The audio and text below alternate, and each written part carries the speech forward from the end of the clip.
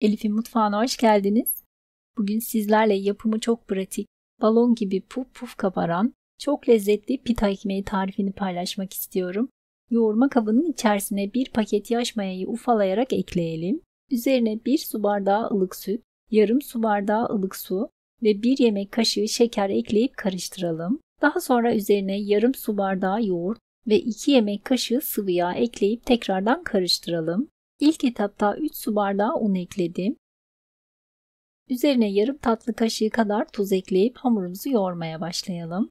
Unu azar azar ilave ederek yoğuralım. Ben toplamda 6 su bardağı un kullandım.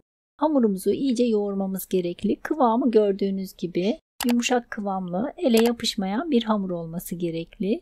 Üzerini kapatıp ılık bir ortamda yaklaşık 45 dakika 1 saat kadar mayalanmaya bırakalım.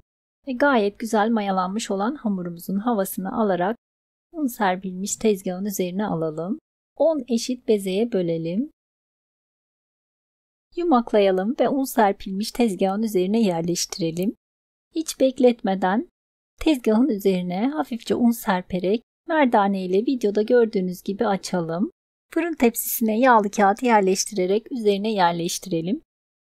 Daha sonra 250 derecelik ısınmış alt üst ayar fırında üzerleri kızarana dek pişirelim. Benim fırınımda yaklaşık 10 dakikada pişti. Gördüğünüz gibi üzeri de altı da gayet güzel kızardı.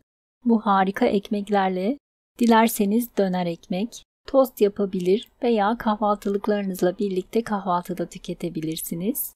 Pita ekmeklerimiz gördüğünüz gibi balon gibi kabardı. İçi de gördüğünüz gibi yumuşacık ve çok lezzetli oldu. Umarım sizler de dener ve beğenirsiniz.